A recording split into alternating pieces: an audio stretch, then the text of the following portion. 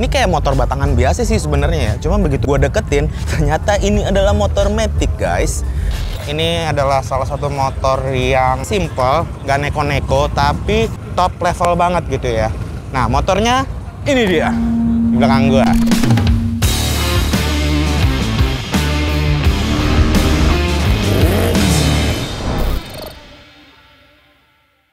Yeay, balik lagi channel Tank Katros. Yo.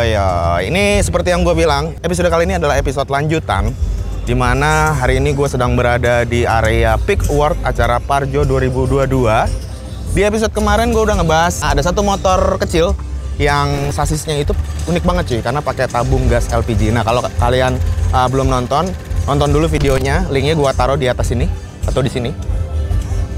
Sementara ini gue mau bahas motor kedua. Ini motor menurut gua cukup inovatif ya, dimana sebenarnya motor ini tuh konsepnya jarang terpikirkan oleh teman-teman builder gitu cuy. Tapi sebelum gua ngebahas motor yang gua maksud, gua mau ngasih lihat salah satu motor yang bentuknya unik banget cuy.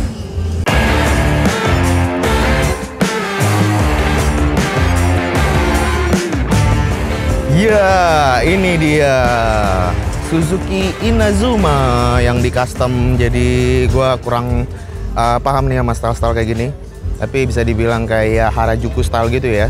Fairingnya wow, tinggi sekali, kayak lagi konak. Joknya kayak seperti King and Queen, jadi dia berpunuk gini cuy ya, tinggi. Knalpotnya juga nggak kalah sangar cuy, kayak tiang bendera, unik banget. Bahannya stainless ya. Dan secara overall kalau gue lihat sebenarnya nih motornya nggak mengalami perubahan yang cukup masif, dimana tangki ini masih pakai bawaan standar, bodi samping juga masih pakai yang standarnya, sasis juga masih dipertahankan yang standar, cuman ditambahin bodi-bodi tambahan aja sih. Velg juga masih standar tuh, palang tiganya si Inazuma. Overall menurut gue motor ini oke banget. Oh ya, ini yang bikin dari teman-teman Kaizo Cartel. Yo. Instagramnya ini Kaizo Cartel, @KaizoCartel. Gokil. Ya, seperti yang gue bilang tadi ya, sebenarnya bukan motor ini yang mau gue bahas, tapi di sebelah sana cuy, ada satu motor yang menurut gue unik banget, konsepnya jarang terpikirkan. Langsung aja kita lihat.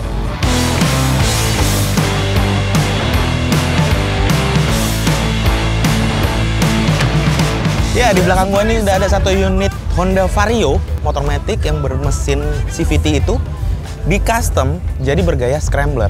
Kalau pas datang ya, gue ngeliat dari agak-agak jauh gitu ya, ini kayak motor batangan biasa sih sebenarnya ya. Cuma begitu gue deketin, konstruksi mesinnya tuh kelihatan ada yang aneh gitu. Dan ternyata setelah gue lihat, ternyata ini adalah motor Matic guys.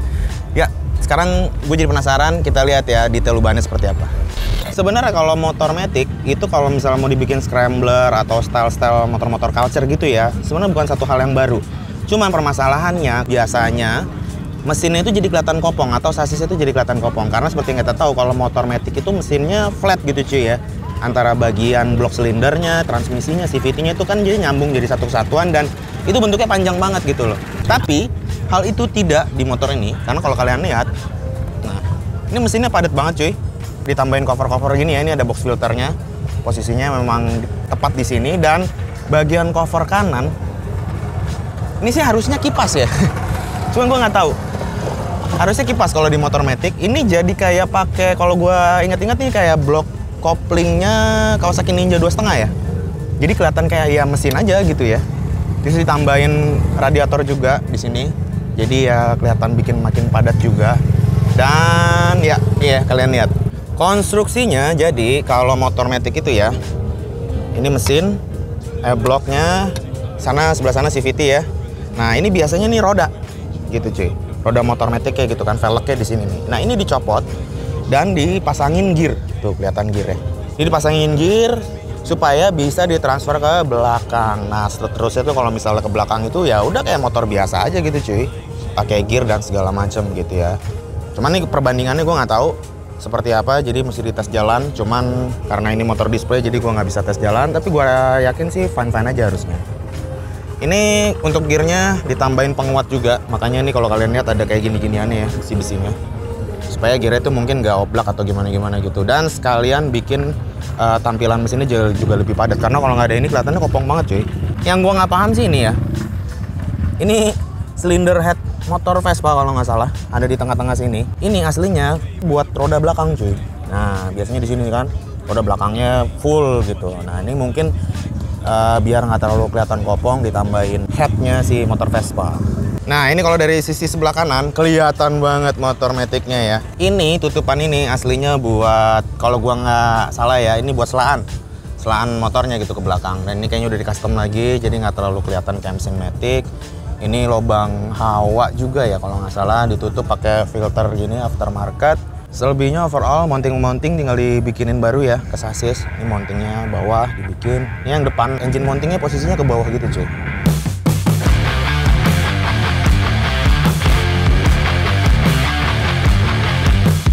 Ya, untuk urusan kaki-kaki, motor ini menggunakan ban Primax ukuran 400 ring 17. Untuk velgnya sendiri ini pakai velg aluminium. Kayaknya untuk yang lebar depannya ini sekitar 3-3,5 inci ya.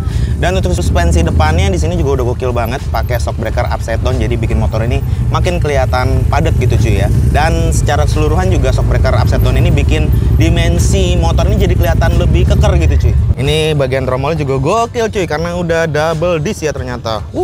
Yang belakang ini sama ya, pakai velg aftermarket juga aluminium, bannya Primax, ukurannya 400 ring 17. Shock breakernya twin, belum monoshock. Tapi menurut gue masih cocok karena emang stylenya nggak terlalu modern ya. Style plastik ini masih cocok banget pakai shock breaker twin shock gini.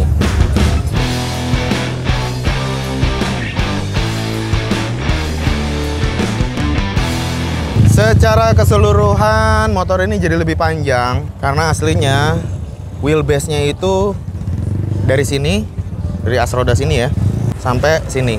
Kan kalau mesinnya kan aslinya as rodanya di sini. Nah, ini jadi lebih panjang, banyak. Tapi masih oke lah menurut gua. Yang penting ide untuk nerapin mesin Matic-nya ini di motor batangan, khususnya genre scrambler kayak gini, menurut gua perlu diapresiasi. Yoi. Oke. Dari tadi gue ngomongin soal dimensi motornya, sekarang mendingan langsung aja kita coba naikin ya, kita rasain posisi duduknya nih ya. Oke. Ya, permisi ya mas yang punya motor. Oke, buat gue yang tinggi badannya 158 cm, agak jinjit naik motor ini, tapi masih oke lah ya, karena mengingat motor ini style itu scrambler, jadi emang ya sudah sepatutnya dia posisinya agak tinggi gitu ya. Untuk posisi kaki masih nyaman, walaupun yang sebelah kanan ini gue merasa agak keluar ya. Dan menurut gue ini salah satu ide yang cukup bagus dipasangin cover gini, karena kalau misalnya motor Matic itu aslinya kan kipas ya. Jadi kalau misalnya nggak di coverin, itu malah jadi bisa kena kaki, karena ini posisinya deket banget sama bagian kaki gitu cuy ya. Oke ya, selebihnya so far so good lah ya. Untuk suspensi depan, belakang. Oh ya, untuk remnya sebelah kanan nggak ada pedal remnya ya, karena rem belakang itu dipindah ke sebelah kiri. Jadi emang bener-bener kayak pengoperasian motor Matic aja gitu cuy.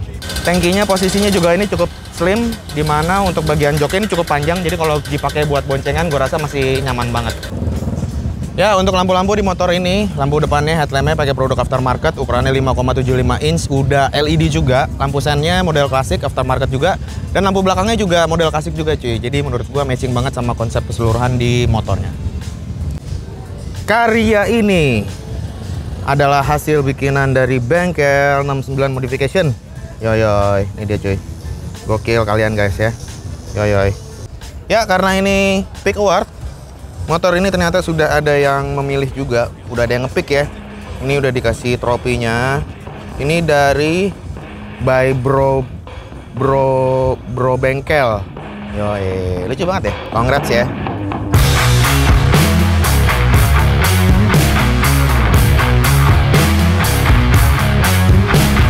Dari tadi kita omongin motor ya. Ini ada buildernya nih. Ya.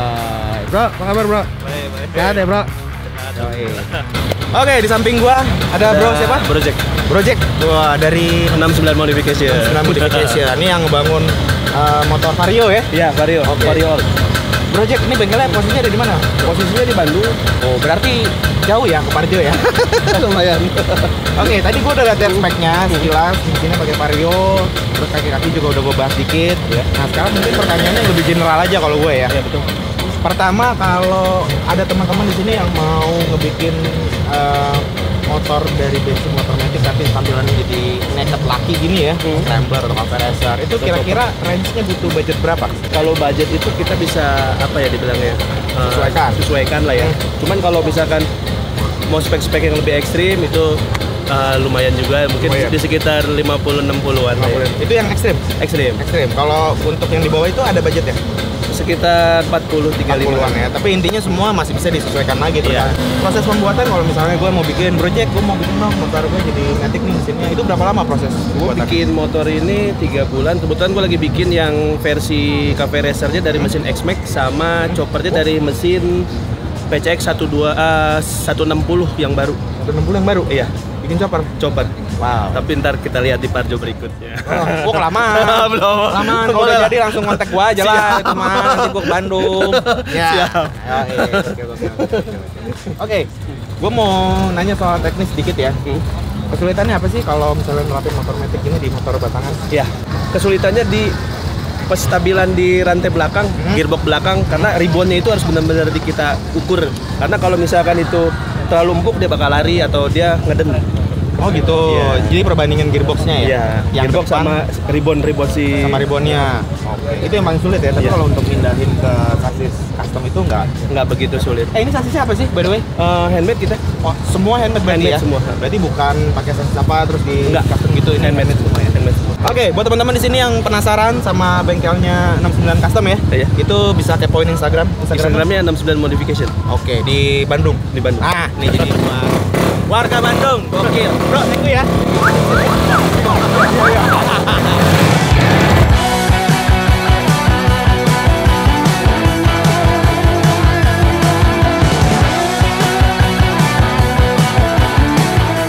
Oke, jadi gue rasa itu ya salah satu motor yang cukup inspiratif buat gue di acara Peak Award Parjo 2022 kali ini. Sebenarnya masih ada satu lagi motor ya, karena gue janjinya kemarin tuh ada 3 motor. Ini ada satu motor lagi yang menurut gue unik di area Peak Award Parjo 2022 ini, dan ini menurut gue the best, modifikasi the best dari salah satu varian motor yang pernah gue temuin. Ya, seperti yang tadi gue bilang, ini adalah salah satu motor yang oke banget ya menurut gue. Secara konsep sih sebenarnya simple, nggak neko-neko, tapi eksekusi dan detailnya itu menurut gue top level banget gitu ya. Nah, motornya ini dia di belakang gue.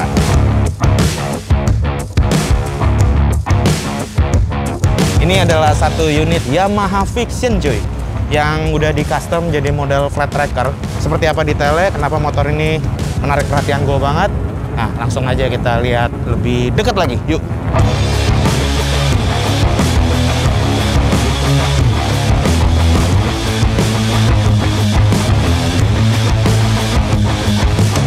Oke, bagian pertama yang mau gue bahas ada di bagian kaki-kakinya nih cuy ya. Dimana untuk bagian kaki-kakinya seperti kalian lihat, ini udah dibekali dengan ban dual purpose dari Corsa Cross S. Ukurannya yang depan ini 120/80, sedangkan yang belakang itu 130/80. Dimana dua-duanya ini menggunakan lingkar velg ring 17. Yang depan velgnya ini lebarnya 250/17, sedangkan yang belakang 3 inci ring 17. Ini untuk velgnya sendiri pakai bahan aluminium. Dia diambil dari merek TK. Oke, lalu kalau untuk bagian suspensinya ini juga udah di-upgrade abis-abisan ya. Dimana untuk bagian stok depannya itu ini menggunakan tipe upside down, yang otomatis bikin tampilan bagian depannya motor ini jadi kelihatan lebih padat banget. Dan untuk bagian belakang tetap menggunakan shock breaker tipe monoshock. Cuman untuk shock breaker aslinya sendiri itu juga udah diganti dengan aftermarket. Ini nggak main-main cuy. Untuk shock breaker belakangnya pakai Öhlins. Selain itu kalau gue lihat bagian belakang motor ini jadi kayak kelihatan beda gitu cuy. Nah, setelah gue lihat ya ternyata bagian swing arm juga udah diganti. Ini swing armnya gue nggak tahu ya pakai copotan dari motor apa, tapi yang pasti ini nampaknya seperti swing arm motor trail karena dia bahannya sendiri udah aluminium, jadi nggak terlalu berat, enteng, dan dimensinya itu cukup tebal gitu cuy. Jadi menurut gue sukses banget di bagian kaki-kakinya ini, bikin motornya jadi kelihatan lebih padat, dan yaitu aura flat trackernya jadi lebih keluar. Oke, selebihnya gue mau bahas bagian body dan sasis dulu ya. Cuman untuk sasis nih kayaknya gue mesti POV. Jadi gini cuy, sasis Fiction itu bawaannya dia itu frame-nya Delta Box. Ini tuh udah bukan sasis Fiction lagi, jadi emang udah diganti total. Mungkin secara keseluruhan ya motor ini hanya menggunakan mesin Fiction-nya aja. Jadi Nggak heran kenapa motor ini flat tracknya dapat banget gitu ya, karena secara dari bentuk sasisnya sendiri ini juga udah beda. Untuk body-bodinya ya pakai front plate gini ya, ala-ala motor flat tracker. Lampunya dibikin minimalis depannya. Tangki pakai model trail yang dimensinya kecil dan slim gini ya. Lalu untuk bagian joknya sendiri ya udah ciri khas flat tracker banget, yang ada single seat, ada buntut belakang dan cover bodi sampingnya. Ciri khasnya flat tracker banget yang side plate gini ya. Ada angkanya cuy, 27. Pas banget sama tanggal lahir gue ya.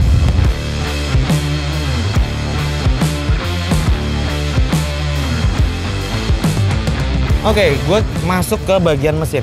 Ini yang jadi concern utama gue sih ya, selain bagian handmade kayak body-body dan sasis yang udah di custom gitu ya. Bagian mesin ini juga menurut gue detail banget cuy. Untuk bagian blok mesinnya bersih, karbu-karbunya juga ini udah support banget untuk kompetisi ya. Walaupun menurut gue sih sayang aja motor kayak sebagus ini dipakai buat kompetisi, tapi ya itu dia culture-nya gitu ya kan. Dan bagian kopling, bak kopling sebelah kanan ini menurut gue eye catchy banget karena dia udah pakai mika gini cuy. Mungkin konsepnya kayak Ducati gitu ya, ala-ala Ducati yang kelihatan gitu sebelah kanannya kopling kering gitu kan, tapi nggak terlalu norak, nggak norak sih menurut gue ya. Cukup oke juga karena ini emang untuk show off gitu kan. Lalu karbunya yang gede, kalau mesin gue nggak tahu ya udah di-upgrade atau belum. Ini juga diimbangi dengan pipa saluran gas buang yang udah pakai produk aftermarket juga, dan ini nggak main-main, Aero. Ini sih gokil sih ya, dari bracket las-lasannya aja ini udah ketahuan, bukan kaleng-kaleng. Total lah menurut gua. Selain itu motor ini juga dilengkapi radiator. Radiatornya juga ini nggak sembarangan. Ini udah diganti yang gede, terus dia rada curve gitu. Gokil banget sih ya, hal-hal simple tapi detail banget menurut gua yang bikin tampilannya jadi makin oke.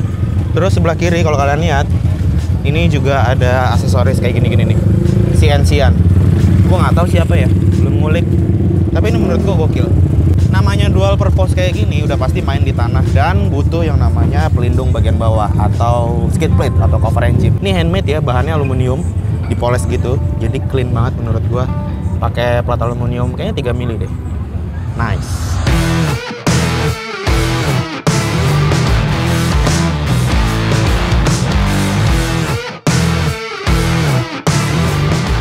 Oke, sekarang gue jadi penasaran nih, pengen cobain langsung naik ke motor ini.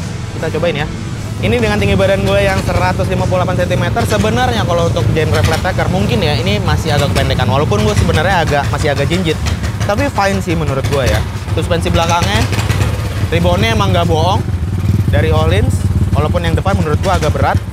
Dan untuk setangnya udah ciri khas flat tracker banget ya. Nggak terlalu rendah, nggak terlalu tinggi juga, dan posisinya udah cukup lebar. Ini aksesoris di bagian stang kemudinya itu juga nggak main-main cuy, seperti halnya di bagian mesin. Untuk grip gasnya ini pakai Magura. Terus untuk saklar di kiri kanannya juga ini menurut gua keren banget, produk aftermarket ya. Ada tulisannya CEF. Saklar di kirinya juga ini lengkap banget, udah ada lampu sen, lampu dim, lampu hijau, lampu deket gitu ya. Terus di tengah ini juga ada stabilizer. Ini bisa disetel juga harusnya ya. Dan handle-handle juga pakai produk aftermarket. Yang kanan ini RCB, yang sebelah kiri juga RCB. Menurut gue juga pasti ya, masih oke. Buat gue yang tinggi badannya 158, gue rasa masih oke banget ya, nggak terlalu tinggi. Dan buat harian juga masih cukup aman. Detail-detailnya sih di motor ini yang bikin gue takjub banget gitu cuy, rapih. Karya yang luar biasa ini adalah karya dari Singo Moto Garage ya. Instagramnya @singomotogarage. Kalian silahkan kepoin aja karya-karya mereka, yang pasti ini gokil banget. Motor ini juga udah di pick. Wah, ini pialanya, tropinya. Sama custom pick, salah, ini. Pick by Kinky Garage, yoi. Ya, kesimpulannya gue respect sama motor ini. Kenapa? Karena kalau dari sudut pandang gue pribadi ya, dari semua motor yang ada di Pick Award Parjo 2022 ini adalah salah satu motor yang bisa menggabungkan antara handmade, part aftermarket, dan culture yang menurut gue masuk gitu semuanya. Kalau yang lain juga bagus-bagus, bukan berarti yang lain jelek ya, cuman ini kayaknya lengkap gitu loh. Karena kalau kita ngomongin industri modifikasi atau industri custom gitu ya, itu nggak terlepas dari beberapa segmen juga, misalnya kayak part aftermarket, aksesoris, dan lain-lain. Nah, di motor ini menurut gue lengkap semua, aksesorisnya masuk, handmade-nya masuk gitu ya, dan hasilnya ya pas aja gitu menurut gue, nggak kelebihan, nggak norak, dan ya cukup oke lah pokoknya.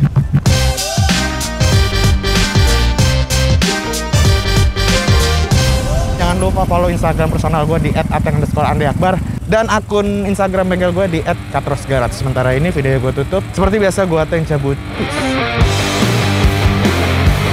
Di episode kemarin gue udah ngebahas ini. Mana ya? Oh ini nih. Mana sih? Ya itulah pokoknya. Ini dengan tinggi badan gue